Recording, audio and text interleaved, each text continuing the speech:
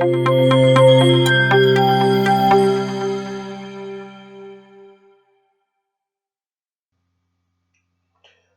علیکم. امیلا بابرزایم د مایکروسافت اکسل دوهم کلاس چې انونټری ته ځانګړی شوی ده له تاسو سره یم. د اکسل په لومړي کلاس کې په پوره ډول د اکسل د انټرفیس او کاري صفحې د جوړښت سره آشنا شوئ او دا چې اکسل د څه لپاره استعمالیږي په کامله توګه توضیحات پکې وشول.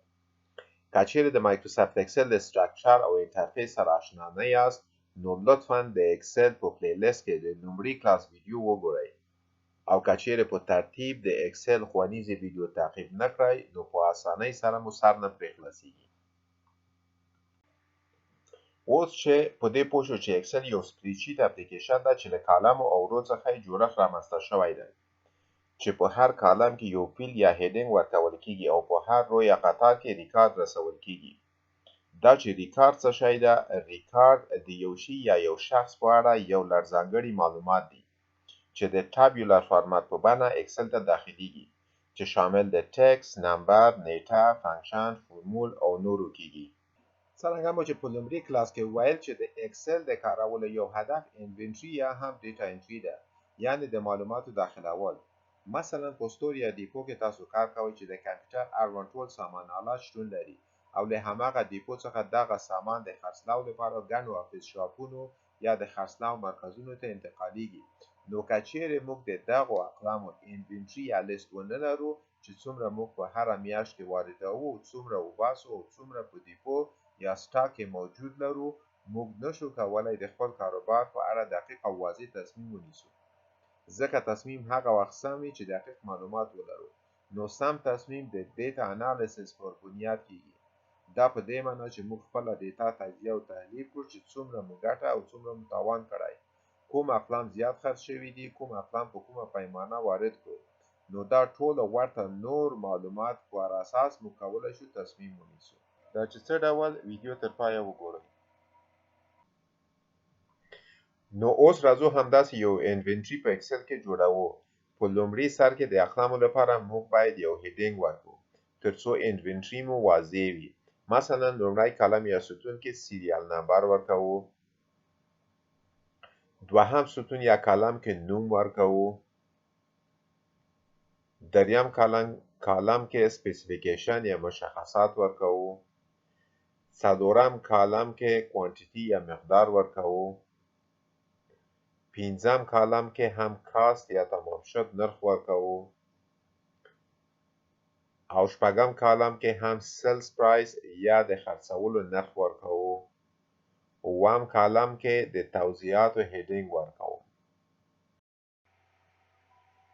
تاسو ګورئ چې ځینې وارد شوي هیډینګ په سیلونو کې نه ځایږي او څرنګه چې داخل شوي معلومات هیډینګ دي نو لږ څه له نورو معلومات سره باید په توپیر کې وي.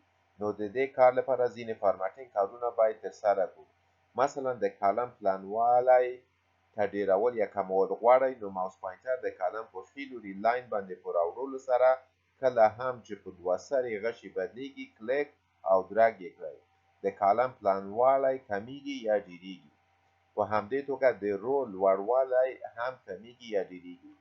او که د څو کالمو پلانوالی په یو ځل ډیرول غواړئ نو ټول کالمونه په نښه او د یوه کالم لاین په ډیرولو او کمولو د کالمو پلانوالی کمولی او ډیرولی شئ. او په همدې توګه د رو یا قطارو لوړوالی هم په همدې توګه کمولی او زیاتولی شئ. کله هم چې اکسل پرانیستل شي بای ډیفالت د هوم تاب ریبن فعال وي چې د کلیپبورډ، فونټ، الاینمنټ، نمبر، سټایلز، سیلز، ایډیټینګ او اډینس ګروپونه پکې دي. د همدې هوم تاب ریبن څخه په استفادې موږ کولی شو چې د ځینو اپشنو په کارولو سره د هیډینګ ظاهري شکل ته تغییر ورکړو. وړاندې تر دې د دې یادونه ضروري ده چې د دغو اپشنو یا نورو اپشنو کارول هم انفرادي سیل ته اپلیکیبل دي او هم په نښه شوي کالمو او روو ته. وړاندې تر دې چې خپل هیډینګ ته فارمات یا شکل ورکړو دغه دوه رو او دا یو کالم زه غواړم له منځه یوسم. د دې کار لپاره د رو یا کالم په هیډر باندې ماوس پوینټر راولئ او رایټ ماوس تڼۍ باندې کلیک کړئ او له ډراپ ډاون باکس څخه ډیلیټ ته ټک ورکړئ. ترڅو دغه خالي کالمونه او رو لرې شي.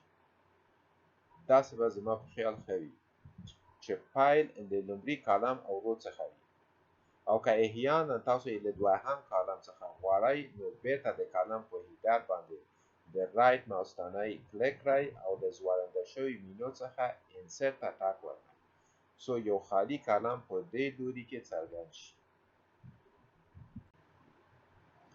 اوس خپل هیډینګ د فارمټ کولو لپاره په نښه کوو او د فونټ ګروپ څخه فونټ ته هم تغییر ورکولای شئ او اندازه یې هم غټولای شئ چې زه دغه د 14 انتخابوم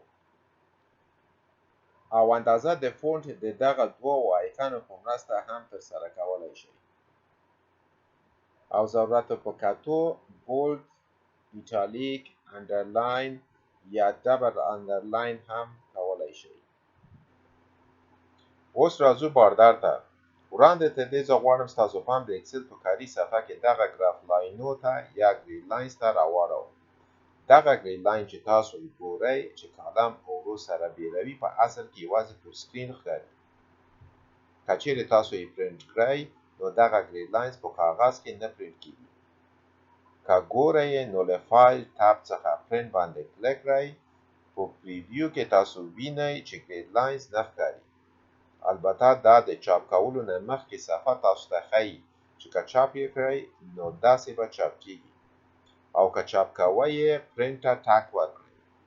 که نه نو په فایل ټاب کې دې غشي باندې کلیک کړئ ترڅو خپل اکسل شیټ مو څرګند شي او همداشان که غواړئ چې دغه ګریډ لاینز له سکرین څخه یې هم لرې کړئ نو ویو ټاب باندې کلیک کړئ او د ګریډ لاین تر څنګ باکس غیر فعال کړئ او په همدې توګه د کالم او هیډر یا هیډینګ چې انګلیسي حروف دي او د قطار او هیډر چې اعداد دي له همدې ویو ټاب څخه فعال او غیر فعالیږي او فورمیولا بار چې تاسو یې پاس وینئ چې یو مهم شی دی او هر څه چې موږ په اکسل کې لیکو دلته څرګندیږي او همدلته یې ایډیټ کولی هم شو او دا هم موږ ته د سل پوینټر موجوده موقعیت په ګوته کوي چې کالم او رو نمبر دي. ښه نو که چیرې موږ وغواړو چې خپله ډیټا له باردر یا لاینو سره چاپ کړو نو له دې آپشن څخه کار اخیستی شو.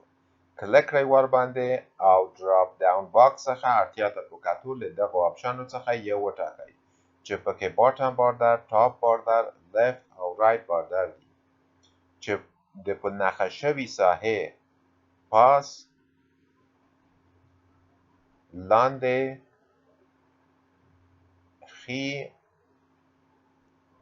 او کیڼ لوري ته لاین یا باردر ورکوي او که یو سل ته باردر یا لاین ورکوئ نو سل پوینټر هماغه سل ته راوړئ.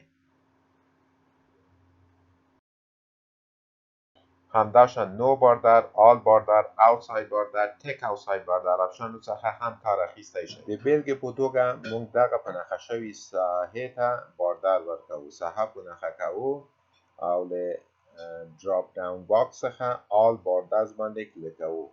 د دې په کلیک کولو سره ټولو کالمو، رو او سلونو ته باردر ورکول کیږي او که غواړو چې بیرته یې له منځه ویسو کلیک کوو او نو باردر باندې کلیک کوو. تاسو ګورئ چې ټول باردرز د په نښه شوي ساحې څخه لرې کیږي.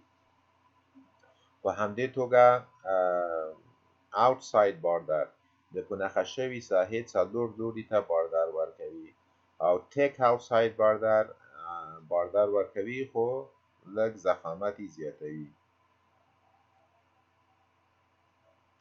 همداشان کله چې په باردر آیکن باندې کلیک کوئ په ډراپ ډاون باکس کې په اخرنۍ برخې درا باردر کې ځینې آپشنې لرو چې د دې آپشنو په مرسته موږ کولی شو چې باردر درا یا رسم کړو. مثلا درا باردر ورته وایو د قلم علامه راځي نو کومه ساحې ته چې غواړو باردرز یا لاین ورکړو په نښه کوو یې او ماوس پوینټر ډرګ کوو. تاسو ګورئ چې په نښه شوي ساحې ته یې باردرز یا لاین ورکړو او که چیرې غواړو چې ګریډ لاینز ورکړو نو درا باردر ګریډ باندې کلیک کوو په نښه شوې ساحې ته ګریډ لاینز ورکوي. او همداشان که چیرې غواړو چې له منځه یې یوسو نو اریز باردر ورته وایو. کومه ساحه چې نه غواړو چې لاینز یا باردر ولري په نښه کوو یې لاینز یا باردر له منځه ځي. او همداشان که چیرې غواړو چې لاین کلر ته تغییر ورکړو نو د دې ځای نه رنګ ورته انتخابوو. د دې نه وروسته چې هر لاینز یا باردر ورکوو په هماغه رنګ کې راځي. او که چیرې غواړو چې سټایل د لاین سټایل ته تغییر ورکړو نو لاین سټایل په کلیک کولو سره دلته ځینې آپشنې راځي.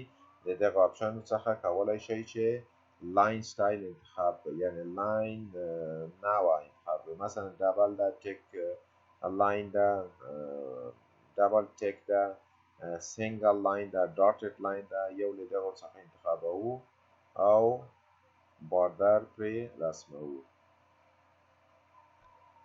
همداشان له دې لپاره چې دا هیډینګ مو له نورو کالمو څخه برجسته وي نو صفحه په نښه کوو او شیډ ورکوو چې په دې آیکن باندې کلیک کوو چې فل کلر ده او له دې ځای څخه رنګ ورته انتخابوو.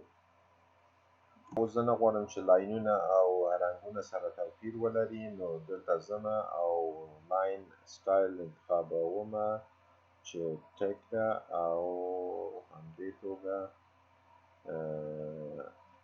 کلر هم دا انتخابوم. صفحه په نښه کومه چې ټول یو شان شي. اوس خپل ریکارډونه داخلوو یا هم ویلی شو چې د خپل انوینټري په جوړولو پیل کوو. مثلا لومړی ریکارډ د ډیل لپټاپ کمپیوټر دی چې کور آی 7 ده، 16 جی بی رام لري او 10 جی بی هارد ډیسک لري. او کوانټیټي فیلډ کې تعداد ورکوو چې 100 دانې لرو. هر یو یې په 10,000 راته تمام شوی دی او په 15,000 افغانۍ خرڅوو. او که کوم نور څه معلومات داخلول غواړئ کولی شئ په دې هیډینګ کې ورکړئ. او دلته زه غواړم یو بل فیلډ یا هیډینګ هم ورکړم چې برانډ دی. او دلته یو بل فیلډ ورکوم چې ټوټل کاست هیډینګ دی. په همدې توګه خپل انوینټري تر آخري ریکارډه پورې تکمیلوم. نو د دې لپاره چې ویډیو مو ډېره اوږده نه شي پاتې ډیټا انټري زه فاست فارورډ کوم. پاتې دې نه وي چې همدې ډیټا یا معلوماتو ته په اکسل کې را ډیټا یا سورس ورته ویل کېږي یا زموږ په ژبه کې منبع د معلوماتو ورته وایي. دا ول د دغې ښوونیزې ویډیو چمتو شوي محتویات. که چیرې ویډیو مو خوښه شوې وي ضرور یې لایک او شیر کړئ.